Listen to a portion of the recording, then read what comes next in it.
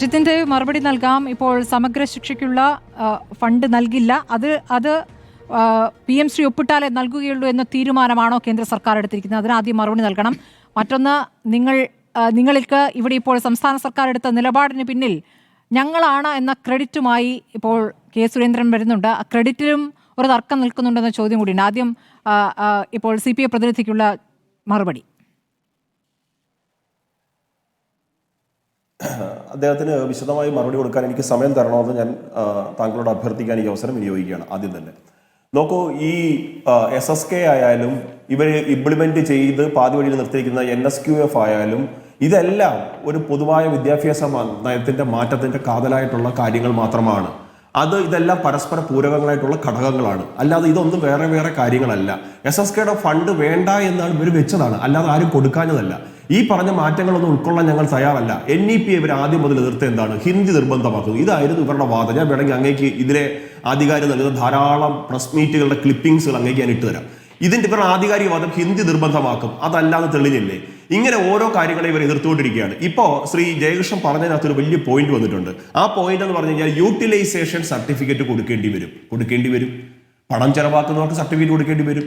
അത് ഞാൻ ഒരിടത്തും ഈ ചർച്ചയിൽ ഞാൻ എവിടെയെങ്കിലും പറഞ്ഞതായിട്ട് ശ്രീ സ്മൃതി പട്ടിക്കാരന് ചൂണ്ടിക്കാണിക്കാൻ സാധിക്കുമോ? ഞങ്ങളുടെ കീശയിൽ പൈസ തരുന്നതെന്ന്. ഒരിക്കലും ഞങ്ങളുടെ കീശ തന്നെ. ഈ രാജ്യത്തെ ജനങ്ങളുടെ നികുതി പണമാണ്, എഡ്യൂക്കേഷൻ സെസ്സാണ്. അതിനകത്തൊന്നും ആർക്കും എതിരഭിപ്രായമില്ല. പക്ഷേ ഈ നാട്ടിലെ പൗരന്മാരുടെ പണം വിനിയോഗിക്കുമ്പോൾ അതിന് കൃത്യമായി യൂട്ടിലൈസേഷൻ സർട്ടിഫിക്കറ്റ് കൊടുക്കേണ്ടി വരും. അവിടെയാണ് നിങ്ങളുടെ പ്രശ്നം. അന്ന് അത് പറയാതെ പറഞ്ഞു.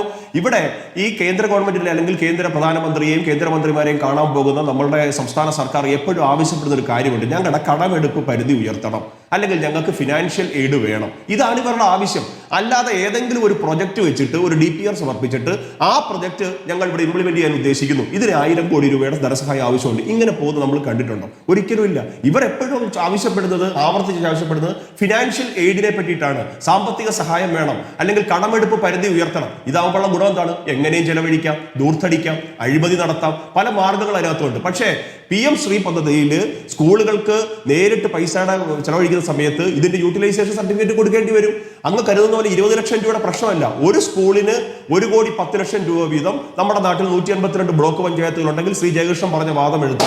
182 സ്കൂളുകളിൽ ഇത് ഇംപ്ലിമെന്റ് ചെയ്യുന്ന സമയത്ത് 182 കോടി രൂപയാണ് ഈ നാട്ടിലെ പാവപ്പെട്ട സ്കൂളുകൾക്ക് കിട്ടാൻ പോകുന്നത്. അതാണ് ഇവർ വേണ്ടെന്ന് വെച്ചുകൊണ്ടിരിക്കുന്ന കാര്യം. ഇവർ എതിർക്കുന്ന ഒരു പദ്ധതിയാണ് PM ഉഷ, ദേശീയ ഉന്നത വിദ്യാഭ്യാസ പദ്ധതി. ഇവരിതിന്റെ MOU സൈൻ ചെയ്യാൻ മര്യാദ കാണിച്ചുകൊണ്ട് ഇങ്ങനെ മുമ്പോട്ട് കൊണ്ടുപോയി phase 1 നമുക്ക് നഷ്ടപ്പെട്ടു. എത്രയോ കോടി രൂപ അടിസ്ഥാന സൗകര്യ വികസനത്തിന് ഈ നാട്ടിലെ കോളേജുകൾക്കും യൂണിവേഴ്സിറ്റികൾക്കും കിട്ടേണ്ടുന്ന പൈസ ഇവർ വെറുതെ പാഴാക്കി കളഞ്ഞില്ലേ? ഇപ്പൊ ഇവിടെ ഫസൽ ഗഫൂർ സാറിന്റെ സ്ഥാപനത്തിന് തന്നെ എനിക്ക് തോന്നുന്നു MBS തന്നെ 5 കോടി രൂപ കഴിഞ്ഞ വർഷം കിട്ടിയിട്ടുണ്ട്. മാരാമ്പള്ളി MBS പൈസ കിട്ടിയിട്ടുണ്ട്. അത് ഈ നാട്ടിലെ വിദ്യാഭ്യാസ സ്ഥാപനങ്ങൾക്ക് കിട്ടേണ്ടതാണ്. അതിനകത്തൊന്നും ആർക്കും ഒരു എതിർപ്പില്ല. നിങ്ങൾ അന്ധമായി എതിർക്കുകയാണ്. നിങ്ങൾ വെറുതെ ഇങ്ങനെ കാവ്യവൽക്കരണം, വാണിജ്യവൽക്കരണം, വിദ്യാഭ്യാസ നയവും വരുമെന്നുള്ള അങ്ങ് നേരത്തെ പറഞ്ഞല്ലോ. അതിലൊരു മറയില്ലെന്നങ്ങ് പറഞ്ഞല്ലോ. അതിനെ പിന്നെ എതിർക്കില്ലേ? സ്വാഭാവികമായും എതിർക്കില്ലേ? ഒരു മറ ഞാൻ പറയുന്നതിനകത്ത് ഒരു മറയില്ല. ദേശീയ വിദ്യാഭ്യാസ നയം ഈ രാജ്യത്ത് നടപ്പിലാക്കണം. അതിനെ ഞാൻ എന്തുകൊണ്ട് ഞാൻ അത് പറയുന്നു എന്നുള്ള ഒരു ഫാക്ട് ഞാൻ അങ്ങേക്ക് പറഞ്ഞു തരാം. ദേശീയ വിദ്യാഭ്യാസ നയം നമുക്ക് മുമ്പാകെ വെക്കുന്നു. 9ാം ക്ലാസ് മുതൽ 12ാം ക്ലാസ് വരെ തൊഴിലധിഷ്ഠിത വിദ്യാഭ്യാസം നടപ്പിലാക്കണം. നാഷണൽ സ്കിൽ ഫ്രെയിംവർക്ക് നടപ്പിലാക്കണമെന്ന് പറയുന്നുണ്ട്. 10 ലെവൽ കൊണ്ട് ഒരാൾ സ്കിൽഡ് പ്രൊഫഷണലായി പുറത്തേക്ക് ഇറങ്ങി വരണം. ഇതാണ് നമ്മുടെ ആവശ്യം. ഇപ്പൊ ഉദാഹരണം പറഞ്ഞു കഴിഞ്ഞാൽ ഇപ്പൊ കേന്ദ്ര ഗവൺമെന്റ് വേണ്ട, ഒരു റെയിൽവേ മന്ത്രാലയം, റെയിൽവേ റിക്രൂട്ട്മെന്റ് ബോർഡ് ഒരു ഒഴിവിലേക്ക് അപേക്ഷ ക്ഷണിക്കുകയാണ്. അവർ പറയുകയാണ്, ഞങ്ങളുടെ ഉദ്യോഗാർത്ഥികൾ ഇതിലേക്ക് അപേക്ഷിക്കേണ്ടവർ ലെവൽ 4 പാസ്സായവരായിരിക്കണം. NEP പ്രകാരം ലെവൽ 4 പാസ്സായിരിക്കണം എന്ന് പറയുമ്പോൾ നമ്മളെന്ത് പറയും? ഞങ്ങൾ കാവ്യവൽക്കരണത്തിനും വർഗീയവൽക്കരണത്തിനും എതിരായിരുന്നു, അതുകൊണ്ട് ഞങ്ങളതൊന്നും പഠിച്ചില്ല. പണ്ടില്ലേ അറബിക്കഥ സിനിമയ്ക്കകത്ത് മറ്റേ ലെറ്റർ ഡ്രാഫ്റ്റ് ചെയ്യാൻ കമ്പ്യൂട്ടർ എടുത്ത് കുഞ്ഞുണ്ണി മുതലാളി കൊടുക്കുമ്പോൾ വ്യൂപഭൂതം പറഞ്ഞാൽ മതിയോ? അത് പോരാ. നമ്മുടെ കുഞ്ഞുങ്ങൾ, നമ്മുടെ കുട്ടികൾ സ്കിൽഡ് പ്രൊഫഷണൽസ് ആയി മാറണം. 50 ലക്ഷത്തോളം പിന്നെ എവിടെയാണ് തർക്കം? മറ്റു നയങ്ങളിലാണ്. ചരിത്രത്തിലേക്കും ശാസ്ത്രത്തിലേക്കും ഒക്കെ കടന്ന വേറെ രൂപത്തിൽ പഠിപ്പിക്കുന്നതിലേക്കാണ്. അല്ല, പറഞ്ഞല്ലോ, ചരിത്രത്തിലേക്കും ശാസ്ത്രത്തിലേക്കും ഒക്കെ കടന്ന പാഠപുസ്തകങ്ങളിൽ, NCERT പാഠപുസ്തകങ്ങളിൽ ചില കാര്യങ്ങൾ മനഃപൂർവ്വം തമസ്കരിച്ചിട്ടില്ലേ? ചില കാര്യങ്ങൾ കൂട്ടിച്ചേർത്തിട്ടില്ലേ?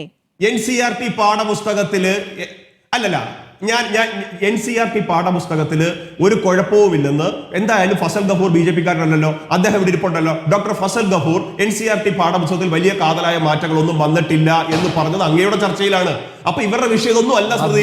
ഇവരുടെ വിഷയം അന്ധമായി എതിർക്കുക. ഇത് മാത്രമാണ് എതിർക്കുക. നരേന്ദ്രമോദി എതിർക്കുക. മധ്യകാല ചരിത്രം ഇല്ലാതായി. മധ്യകാല ചരിത്രം എന്ന ഭാഗം ഇവിടെ ഓരോ ഘട്ടങ്ങളിലും പാഠപുസ്തകങ്ങളിൽ നിങ്ങൾ തമസ്കരിച്ച വിഷയങ്ങളെ കുറിച്ച് ഇവിടെ ചർച്ചകൾ നടന്നിട്ടുള്ളതാണ്. നമുക്ക് ഇനി അതിന് സമയമില്ലാത്തതുകൊണ്ട് അങ്ങ് ഈ കാര്യത്തിനും കൂടി മറുപടി നൽകണം. ഇപ്പോൾ കെ സുരേന്ദ്രന്റെ പോസ്റ്റ് വന്നിരിക്കുകയാണ്. കേരളം ഭാരതത്തിൽ തന്നെ പറയട്ടെ കേരളം ഭാരതത്തിൽ തന്നെ ക്രെഡിറ്റ് ABVP കേരള ഘടകത്തിന്.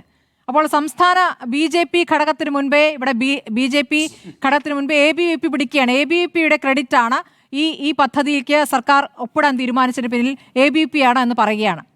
അപ്പോൾ ക്രെഡിറ്റ് അടിച്ചെടുക്കാനുള്ള ഒരു ശ്രമം കൂടി ഇവിടെ നടക്കുന്നുണ്ടോ നിങ്ങളെ പാർട്ടിക്കകത്ത്?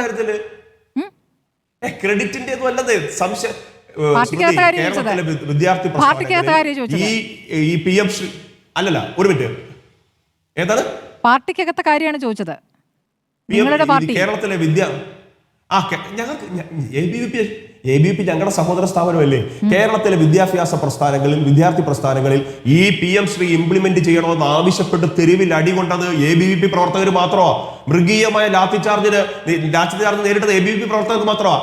അല്ലാതെ ഇതിനെ ചർച്ച ചെയ്യാൻ ഇവർ തയ്യാറല്ല. ശരി, അല്ലല്ല, പല കാര്യങ്ങളിലും ഈ ക്രെഡിറ്റ് പ്രശ്നം വരുന്നുണ്ട്.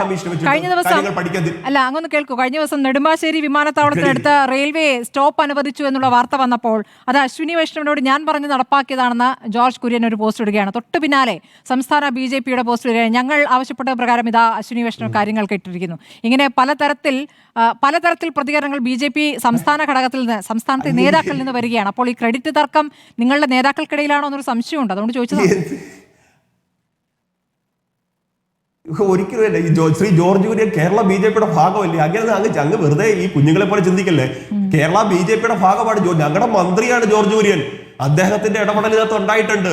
ഇന്നിപ്പോ മറ്റന്നാ പെരിനാട് എന്റെ കൊല്ലത്ത് അദ്ദേഹം വരുന്നുണ്ട്. ഒരു റെയിൽവേ സ്റ്റേഷനിൽ ഒരു സ്റ്റോപ്പിന് വേണ്ടിയിട്ട് അദ്ദേഹം മധുര എക്സ്പ്രസിന് വേണ്ടിയിട്ട് ശ്രമിച്ചിട്ടുണ്ട്. അദ്ദേഹം വരുന്നുണ്ട്. ഇതൊക്കെ ഞങ്ങളുടെ പാർട്ടിയുടെ ഭാഗങ്ങളാണ് ഇവരൊക്കെ. ഇതെല്ലാം ഞങ്ങളുടെയാണ്. ഇപ്പൊ ദേശീയപാതയുടെ കാര്യം തന്നെ ഇവർക്ക് ഞാൻ പറഞ്ഞു പൂർത്തീകരിച്ചോട്ടെ. ശ്രീ OK ജയകൃഷ്ണൻ, അങ്ങേക്ക് കരിക്കുലത്തെ സംബന്ധിച്ച് ആശങ്ക ഉണ്ടെങ്കിൽ അങ്ങ് എന്താ ചെയ്യേണ്ടത്? ഈ ആശങ്കകൾ പഠിച്ച് അത് കൃത്യമായി അവതരിപ്പിക്കാനുള്ള ഒരു സമിതി നിശ്ചയിച്ച് ഈ കാര്യങ്ങൾ ചർച്ച ചെയ്യാൻ തയ്യാറാകണം. ഇങ്ങനെ ചർച്ച ചെയ്തതിന്റെ ഭാഗമായിട്ടല്ലേ ഇവിടെ എന്താണ് നിങ്ങൾ പ്രധാനമന്ത്രി ആവാസ് അങ്ങനെ ചർച്ച ചെയ്തിട്ടാണോ ഇപ്പോൾ സംസ്ഥാന വിദ്യാഭ്യാസ വകുപ്പ് ധാരണാപത്രത്തിൽ ഒപ്പിടാൻ പോകുന്നത് എന്നതാണ് അറിയേണ്ടത്. ഏതായാലും BJP പറയുന്നത് ഈ പറയുന്ന സംശയങ്ങൾക്ക് ഡോക്ടർ ഫസൽ ഗഫൂർ തീർപ്പ് കൽപ്പിക്കുമെന്നാണ്.